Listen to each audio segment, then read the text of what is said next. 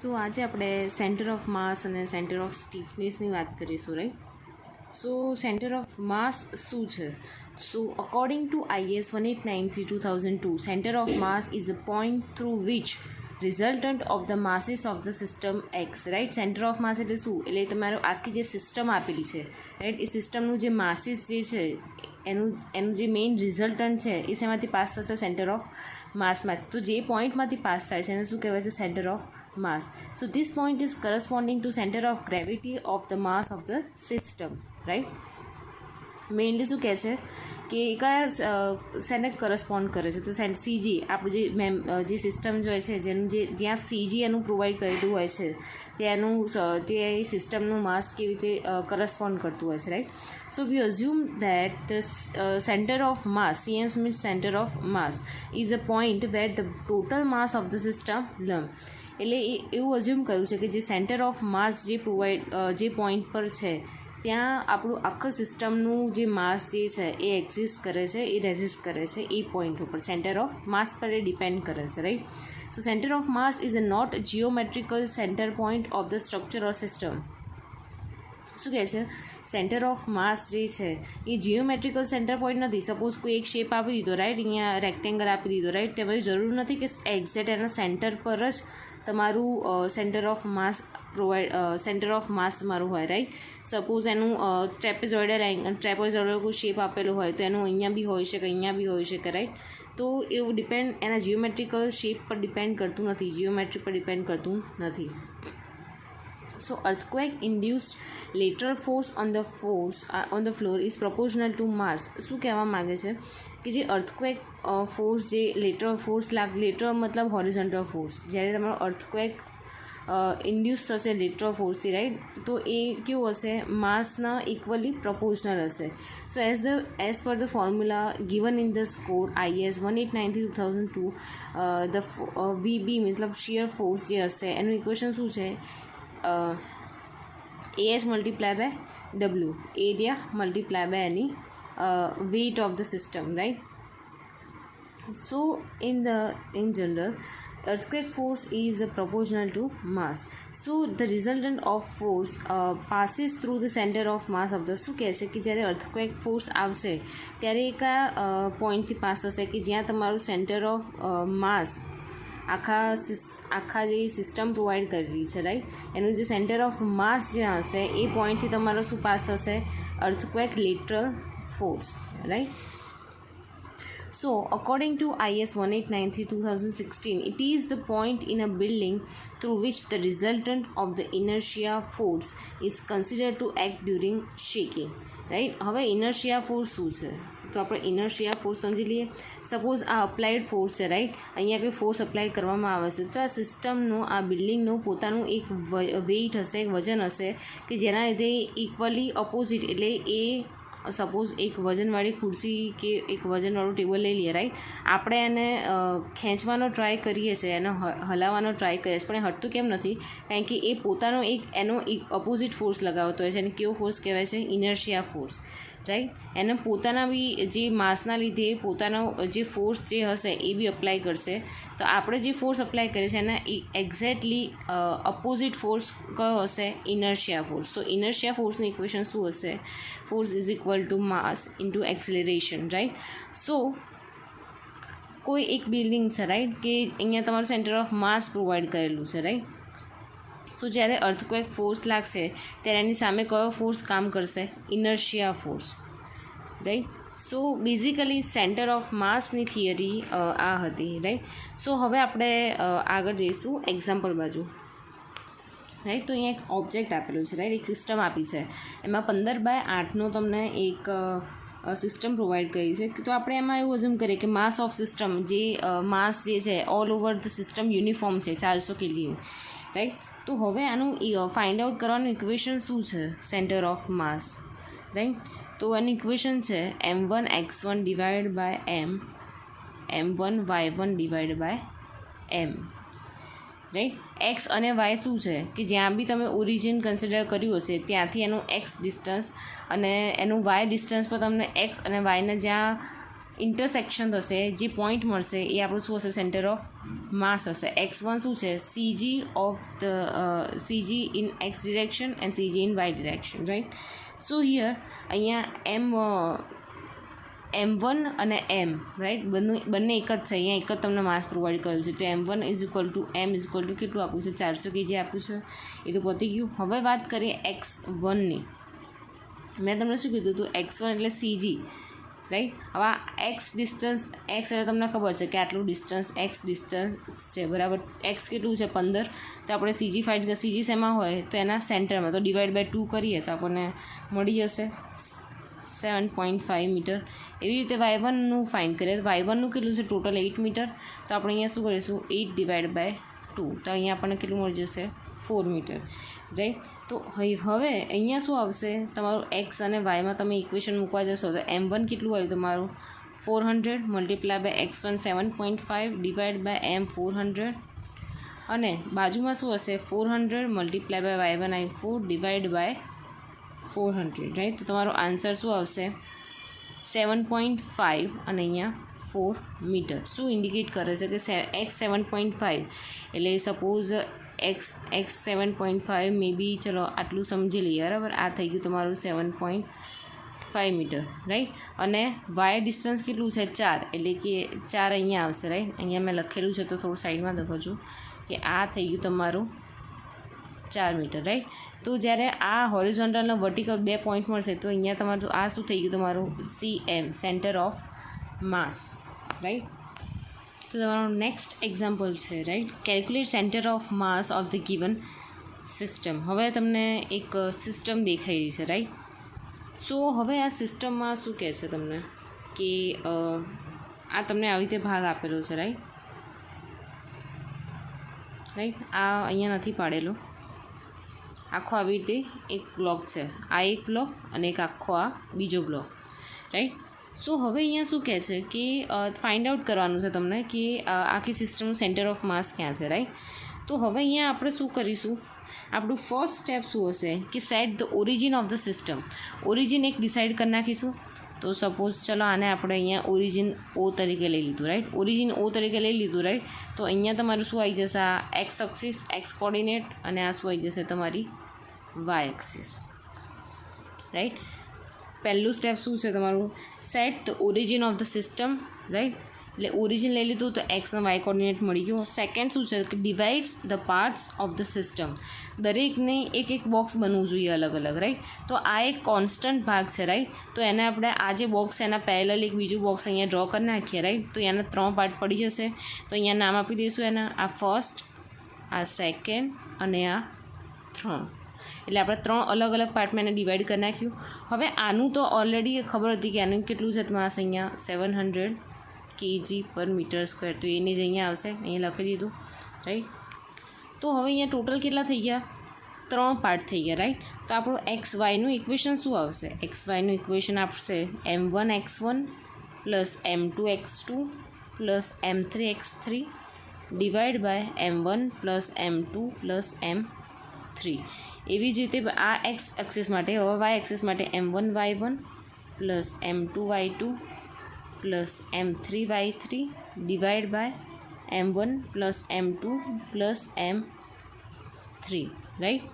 કેમ 3 લીધા, કારણ કે અહીંયા 3 ભાગમાં આપણે એને ઇક્વલી ડિવાઈડ કર્યા હતા, રાઈટ. સો આ બધા એક્ઝામ્પલ કેવા એકદમ સિમ્પલ છે કે તમે ઇઝીલી એને કેલ્ક્યુલેટ કરી શકો. તો અહીંયા પહેલાં m1 શું છે, m2 શું છે, m3 શું છે, right. x1 x2 x3 y1 y2 અને y3, બરાબર. m1 m2 m3 માસ તમને ઓલરેડી આપેલા છે તો લખી દઈશું. m1 માટે કેટલું છે, 1000 kg પર મીટર સ્ક્વેર. m2 માટે શું છે, 700 kg પર મીટર સ્ક્વેર. અને m3 માટે કેટલું છે, 700 kg પર મીટર સ્ક્વેર, રાઈટ. હવે વાત કરીએ x1ની. एक्स અહીંયા આપણે ઓરિજિન સેટ કરી નાખ્યું છે, તો મતલબ શું થઈ ગયો કે જેટલા બી બ્લોક છે બધાનું કેવી રીતે ડિસ્ટન્સ ફાઇન્ડ કરવાનું, એનું આ ઓરિજિનથી એનું જે હાફ ડિસ્ટન્સ હશે એટલું, રાઈટ. તો x1ની વાત કરીએ તો ફર્સ્ટ બ્લોકની વાત કરીએ તો ફર્સ્ટ બ્લોકનું હોરિઝોન્ટલ ડિસ્ટન્સ અહીંયા આ સપોઝ આ ઓરિજિનની લાઈન આ છે, રાઈટ. તો અહીંયાથી ડિસ્ટન્સ કેટલું છે 8 મીટર. તો અહીંયા શું એનું હાફ કન્સિડર કરીએ તો કેટલું આવી જશે, આ ઓરિજિનની લાઇનથી આ જે ફર્સ્ટ બ્લોક છે એના સેન્ટરથી એનું ડિસ્ટન્સ કેટલું થશે તો કે ટોટલ 8 છે, ડિવાઈડ બાય 2 કરીશું તો મળી જશે 4 મીટર. હવે વાત કરીએ x2ની, આમાં બી અહીંયા 8 મીટર છે, તો ઓબ્વિયસલી અહીંયા બી કેટલું હશે 8 મીટર હશે. તો આ ઓરિજિનથી આના સેન્ટર સુધીનું ડિસ્ટન્સ એ શું થશે આપણું CG, રાઈટ. તો આમાં બી શું થશે 8 ડિવાઈડ બાય 2 4 મીટર, રાઈટ. હવે x3ની વાત કરીએ તો x3ની આ પાર્ટ કેટલો વધે છે તો કે અહીંયા 8 છે, તો અહીંયા કેટલું થશે 22 થશે, 22 મીટર, રાઈટ. હવે ઓરિજિનથી આના સેન્ટર સુધીનું ડિસ્ટન્સ કન્સિડર કરવાનું, રાઈટ. એટલે આખું તો આ કન્સિડર થઈ જ ગયું, એટલે આવ્યું તમારું 8 પ્લસ ટોટલ કેટલું છે 22, પણ આપણે એને શું કરવાનું હાફ કન્સિડર કરવાનું છે, કારણ કે આપણે સેન્ટર ઓફ ગ્રેવિટી ફાઇન્ડ કરીએ. સેન્ટર ઓફ ગ્રેવિટી ક્યાં હોય એના સેન્ટરમાં હોય, રાઈટ. તો 22 ડિવાઈડ બાય 2 કરીશું આપણે, એટલે આપણે 8 પ્લસ 11 એટલે આપણને મળી જશે x3ની વેલ્યુ 19 મીટર, રાઈટ. હવે એવી રીતે આપણે y1ની વાત કરીએ. y1નો મતલબ શું છે, y1નો મતલબ આ ઓરિજિનથી એનું વર્ટિકલ ડિસ્ટન્સ ફાઇન્ડ કરવાનું છે, રાઈટ. કે સપોઝ પહેલા બ્લોક માટે ફાઇન્ડ આઉટ કરીએ તો આ પહેલા બ્લોકનું સેન્ટરથી એના ઓરિજિન સુધીનું ટોટલ ડિસ્ટન્સ, રાઈટ. એટલે આ 5 છે, ટોટલ કેટલી આવી છે 10 છે, તો આ 5 થઈ જશે 5, તો આ 5 તો આવશે જ, પ્લસ આ 5નું અડધું એટલે અહીંયા શું હશે 5 પ્લસ 5 ડિવાઈડ બાય 2, એટલે 5 પ્લસ 2.5 ઇઝ ઇક્વલ ટુ 7.5. આ y1નું મળ્યું. હવે y2નું ફાઇન્ડ કરીએ તો ઓરિજિનથી આરના સેન્ટર સુધીનું ડિસ્ટન્સ કેટલું થશે, ટોટલ 5 છે, તો 5 divide by 2 is equal to 2.5 metre. હવે એવી રીતે y3ની વાત કરીએ, રાઈટ. તો y3નું કેવી રીતે આવશે, તો y3 તમને ખબર છે કે y3 કેટલો છે, જો આખો છે, આખો કેટલો છે 10 મીટર, તેના 10 ડિવાઈડ બાય 2 કરી નાખીશું તો આપણને શું મળી જશે 5 મીટર. હવે આ બધી જ જે વેલ્યુ મેં તમને કેલ્ક્યુલેટ કરી છે, રાઈટ, એ બધી જ આપણે અહીંયા ઇક્વેશનમાં મૂકીશું તો એનો x અને yનો આન્સર તમને મળશે 8.3 અને 5.3 મીટર, રાઈટ. આ શું તમને મળ્યું સેન્ટર ઓફ માસ, એટલે શું કહે છે કે તમારું સેન્ટર ઓફ માસનું છે ક્યાં તો કે એક્સ ઓરિજિનથી 8.3ના ડિસ્ટન્સ પર અને વર્ટિકલ 5.3, એટલે કન્સિડર કરીએ કે ટોટલ 8 છે, બરાબર, એના 0.3 છે, તો સપોઝ આની લાઈન થઈ ગઈ, બરાબર. આટલું ડિસ્ટન્સ કેટલું આપણે 8.3, આની હું લખી દઉં છું 8.3, બરાબર, અને વર્ટિકલ કેટલું છે 5.3, રાઈટ. તો આખું આટલું તો 5 છે, બરાબર. તો 5થી સ્લાઇડ ઉપર અહીંયા આટલામાં ક્યાંક હશે, એટલે કે આટલું અહીંયા ક્યાંક હશે, આટલું ડિસ્ટન્સ હશે તમારું 5.3, રાઈટ. તો આ બે જ્યાં ઇન્ટરસેક્ટ થાય છે તો આ શું થઈ ગયું તમારું સેન્ટર ઓફ માસ. ઇઝી છે, કશું જ નથી કરવાનું, સાદું ઇક્વેશન મૂકવાનું છે, બધી વેલ્યુઝ લાવવાની છે અને એ બધી વેલ્યુઝ આ ઇક્વેશનમાં પુટ આઉટ કરવાની છે, રાઈટ. તો તમને ઇઝીલી આન્સર મળી જશે. આ એકદમ ઇઝી એક્ઝામ્પલ છે, રેરલી અમુક વાર પૂછી જતા હોય છે, પણ મે બી પૂછાય તો 3-4 માર્ક્સમાં પૂછાતા હોય છે, તો તૈયાર રાખવા સારા. તો આ એક થઈ ગયું. હવે એક લાસ્ટ એક્ઝામ્પલ જોઈ લઈએ. નેક્સ્ટ એક્ઝામ્પલમાં તમને આપેલું છે calculate the centre of mass for this building plan shown in figure, right. ત્યાં તમને બિલ્ડિંગ પ્લાન દેખાય છે, રાઈટ. તો એમાં શું કીધું છે, ગીવન ડેટા તમને 2 ડેટા આપેલા છે, કોલમ સાઇઝ 300/600 mm અને સ્લેબની સાઇઝ આપી છે 125 mm. તો આપણું ફર્સ્ટ સ્ટેપ શું છે, તો give numbers two every columns and slabs, right. તો સ્લેબનું નામ આપીએ તો સપોઝ આ સ્લેબ 1, સ્લેબ 2, સ્લેબ 3, સ્લેબના નામ આપી દીધા, કોલમ્સ આપી એના નામ આપી દઈએ C1, C2, C3, C4, C5, C6, C7, C8, right. હવે શું સેકન્ડ શું કરવાનું છે, બધા કોલમ્સના નામ આપી દીધા, સ્લેબના નામ આપી દીધા. હવે શું ઓરિજિન સેટ કરવાનું, તો ઓરિજિન આપણે હંમેશા કેવી રીતે લઈએ છીએ, લેફ્ટ સાઈડમાં નીચે લોઅર પોઈન્ટ ઉપર જે હોય ને, તો સપોઝ આને આપણે એક્સટેન્ડ કરીએ રાઈટ. તો આને આપણે શું અહીંયા કન્સિડર કરીશું, તમારું ઓરિજિન O. તો આ તમારી કેવી એક્સિસ થઈ ગઈ, એક્સ, અને આ થઈ ગઈ તમારા વાય. ડન. ફર્સ્ટ સ્ટેપ નંબરિંગનું, નંબર આપી દીધા. સેકન્ડ સ્ટેપ ઓરિજિન સેટ કર્યું તો આપણને એક્સના વાય કોર્ડિનેટની ખબર પડે. નેક્સ્ટ સ્ટેપ છે determine mass or weight of all the elements, right. એટલે માસ અને વેઇટ ફાઇન્ડ કરો. તો અહીંયા બે જ ખાલી એલિમેન્ટ આપે છે, કોલમ અને સ્લેબ. તો બંનેને આપણે સેલ્ફ વેઇટ ફાઇન્ડ કરી નાખીશું. તો ફર્સ્ટ ફાઇન્ડ કરીએ self weight of a column. Self weight of column છે એમએમમાં છે, આપણે અહીંયા મીટરમાં જોઈએ છે, રાઈટ. તેને મીટર કરે તો ડિવાઈડ બાય 1000 કરે તો મીટર થઈ જશે. તો આની સાઇઝ શું થઈ જશે, 0.3 મલ્ટીપ્લાય બાય 0.6. હવે ડેન્સિટી ઓફ કોન્ક્રીટ શું છે, તો કે 25, right. So density of concrete છે કિલોન્યુટન પર મીટર ક્યુબ, બરાબર. અને આ બેનું મીટરમાં કન્સિડર કરે તો અહીંયા મીટર સ્ક્વેર, રાઈટ. તો અહીંયા છેલ્લે લાસ્ટમાં આન્સર શું રહેશે, 4.5 કિલોન્યુટન પર ખાલી મીટર, રાઈટ. હવે વાત કરીએ સેલ્ફ વેઇટ ઓફ સ્લેબની. તો એમાં કેલ્ક્યુલેશનમાં તમને અહીંયા 125 mm છે, ડિવાઈડ બાય 1000 કરો તો 0.125 multiply by density of concrete 25 kilometre પર મીટર ક્યુબ. તો અહીંયા શું હશે તમારું 3.125 કિલોન્યુટન પર મીટર સ્ક્વેર, રાઈટ. સૌથી પહેલાં શું કર્યું, numbering of columns and slab. Second step is set the origin, so we can find out the X coordinate and Y coordinate. And the third step is determine mass or weight of all given elements, right. Here columns and slab size are given, so first we go for this calculate self weight of column, and the second is self weight of slab. Now the step 4 is calculate center of mass only for columns. I cannot write down all this step 1, 2, 3, right. So you can remember that, and you should write in your answer sheet, right. So step number 4 is the calculate center of mass only for this columns, right. So there are several parts. First is elements. The second one is Wi. Next is Xi. Next one is Yi. And next one is Wi multiplied by Xi. Next is Wi multiplied by Yi. So these are this main content of our table, right. So here we go for this columns, right. So in columns we there are 8 columns, C1, C2, C3, C4, C5, C6, C7, C8, right. So we should write out this all this columns, C1, C2, C3, C4, C5, C6, C7 and C8,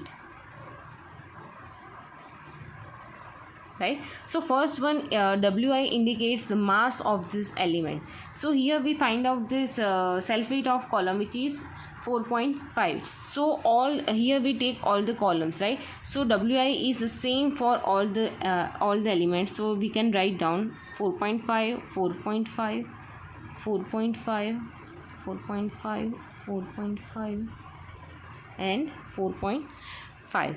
Now what is the meaning of Xi? Xi is the center of gravity when we can set this origin, right. So here for C1 column, right, C1 column here origin line and C1 line is intersects with each other, right. So C1 column has no horizontal distance, right. Origin O and C1 બંને વચ્ચેનું Y distance તો છે, પણ એનું horizontal distance છે નહીં. Horizontal distance મતલબ x ઉપર, રાઈટ. એક્સ એટલે ઓરિજિનથી જે લેફ્ટ જાય, ઓરિજિનથી રાઈટ જાય ને એક્સ ડિસ્ટન્સ કહેવાય. પણ જ્યારે એની ઉપર જ આપેલા હોય કોલમ તો એનું એક્સ ડિસ્ટન્સ કન્સિડર થશે નહીં. તો એવા કયા કોલમ છે, તો C1 અને C4, રાઈટ. તો અહીંયા C1માં 0 આવશે અને અહીંયા C4માં કેવું આવી જશે, 0 આવી જશે, રાઈટ. હવે નેક્સ્ટ C2 માટે વાત કરીએ તો C2થી એનું એક્સ ડિસ્ટન્સ કેટલું છે, તો C2થી એનું એક્સ ડિસ્ટન્સ કેટલું છે, 5 મીટર છે, રાઈટ. તો અહીંયા કેવું આવી જશે 5. C3 માટે કેટલું છે, C3 તમારું પ્રોવાઈડ કર્યું છે અહીંયા, રાઈટ. તો આ 5 + 5 = 10. So here we write down 10. Now C5, C6, right. Here C3નું જેટલું ડિસ્ટન્સ હશે એટલું જ કેવું થશે C8નું થશે અને એટલું જ કેટલાનું થશે C6નું થશે, રાઈટ. તો C3નું C6 અને C8નું બેનું શું થશે સેમ થશે. તો C6નું અહીંયા બી 10 અને 8નું બી અહીંયા 10. એવી જ રીતે વાત કરીએ તો C7નું બી કેવું થશે C2 C5 C7 ત્રણેયનું સેમ આવશે, કેટલા 5 મીટર, રાઈટ. તો અહીંયા લખી દઈશું અહીંયા 5, રાઈટ. હવે વાય એટલે મતલબ તમારું જે એલિમેન્ટ છે એના ઓરિજિનથી એનું વાયનું વર્ટિકલ ડિસ્ટન્સ કેટલું છે, રાઈટ. તો હવે વર્ટિકલ ડિસ્ટન્સની વાત કરીશું. તો આ જે છે ઓરિજિનથી આ હોરિઝોન્ટલ ડિસ્ટન્સમાં આપે છે, રાઈટ. C7 C8 તો એક જ લાઇનમાં છે, એનું કોઈ હોરિઝોન્ટલ એનું વર્ટિકલ ડિસ્ટન્સ એનું આપેલું છે નહીં. તો C7 C8 શું થઈ જશે અહીંયા 0 થઈ જશે. તો અહીંયા 0 રાઇટ ડાઉન કરી નાખીશું. હવે C4 C5 C6 આ C4 આ ઓરિજિનની લાઇન આવી જાય છે, રાઈટ. C4 C5 C6 ત્રણેય કેટલા ડિસ્ટન્સ પર આપેલા છે 5 મીટરના ડિસ્ટન્સ પર આપે છે. C4 5 6નું આપણે અહીંયા 5 લખી દઈશું, 4 5 એન્ડ 6. નેક્સ્ટ છે C1 C2 C3 એ કેટલા ડિસ્ટન્સ પર આપ્યા છે 10 ડિસ્ટન્સ પર આપેલા છે, રાઈટ. તો એ ત્રણેયમાં કેવું આવી જશે 10 10 એન્ડ 10. હવે એક સિમ્પલ વસ્તુ થઈ ગઈ, WI જે છે એને પહેલાં XI જોડે મલ્ટીપ્લાય કરો, રાઈટ. પછી WI ને YI જોડે મલ્ટીપ્લાય કરો, રાઈટ. તો પહેલાં WI XI કરીશું તો આપણને અહીંયા વેલ્યુ મળશે 0 22.5 45 0 22.5 45 22.5 એન્ડ 45. નેક્સ્ટ WIનું YI જોડે મલ્ટીપ્લાય કરો તો અહીંયા 45 45 45 22.5 22.5 22.5 અહીંયા 0 0 જોડે મલ્ટીપ્લાય કરશો તો આન્સર કેવો મળશે 0 0 મળશે, રાઈટ. તો આનો સમ WIનો સમ સિગ્મા WI કેટલો થાય છે તમારો 36. સિગ્મા WI XI કરશો એનું સમેશન તો તમને મળશે 202.5. સિગ્મા WI YIનું કરશો સમેશન તો અહીંયા તમને મળશે 202.5, રાઈટ. તો આપણું ઇક્વેશન તમને ઇઝીલી ખબર છે XYનું. Sigma WI XI divide by sigma WI WI YI divide by sigma WI, right. બંને વેલ્યુ આપણી પાસે છે, એની અંદર મૂકીશું તો તમને આન્સર મળશે 5.625 3.625 પાછળના યુનિટ મીટર, રાઈટ. તો આ ખાલી શેની માટે આપણે ફાઇન્ડ આઉટ કર્યો કોલમ્સ માટે. હવે આપણું લાસ્ટ સ્ટેપ છે, આ 4 સ્ટેપ હતું, રાઈટ, કે determine this element of columns, right. So next calculate centre of mass only for slab. પહેલાં આપણે કેલ્ક્યુલેટ કર્યું centre of mass only for columns. Now going for the slab, right. તો એમાં બી સેમ છે, elements છે. Next છે WI XI YI WI XI WI YI. So અહીંયા કયા કયા એલિમેન્ટ છે સ્લેબ 1 સ્લેબ 2 સ્લેબ 3, રાઈટ. તો એનું વેઇટ કેટલું છે તો અહીંયા સેલ્ફ વેઇટ આપણે ફાઇન્ડ આઉટ કર્યું હતું, self weight of slab. So એનું સેલ્ફ વેઇટ આપણે ફાઇન્ડ આઉટ કર્યું હતું, રાઈટ. સેલ્ફ વેઇટ ઓફ સ્લેબનું ફાઇન્ડ આઉટ કર્યું હતું, શું હતું 3.125, રાઈટ. તો અહીંયા લખી દઈશું બધા માટે સેમ જ છે 3.125 3.125 3.125. હવે એનું X ડિસ્ટન્સ અને એનું Y ડિસ્ટન્સ, રાઈટ. તો અહીંયા તો એક સિમ્પલ વસ્તુ થઈ ગઈ, આ તમારો સ્લેબ છે, બરાબર. એનું X ડિસ્ટન્સ એટલે આનુંથી X ડિસ્ટન્સ તમારું કેટલું થશે 5 છે, તો અહીંયા કેવું થશે 2.5. તો આની માટે અહીંયા શું થશે 2.5. આની માટે શું થશે કે આ 5 તો છે, તો 5 ડિવાઈડ બાય 2 એટલે 5 + 2.5 = 7.5. તો બંને સ્લેબ ઉપર નીચે થયો તો કે આ 7.5 7 પોઈન્ટ થઈ ગયું. એવી રીતે વાય તમે કેલ્ક્યુલેટ કરો તો અહીંયા 7.5 7.5 અને 2.5, રાઈટ. સો હવે WI XI તમે કરશો, રાઈટ.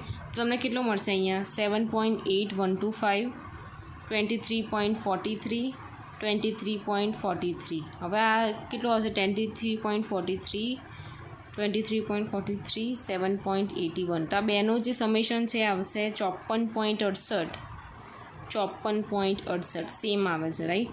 અને અહીંયાનું સમેશન આવશે 9.375.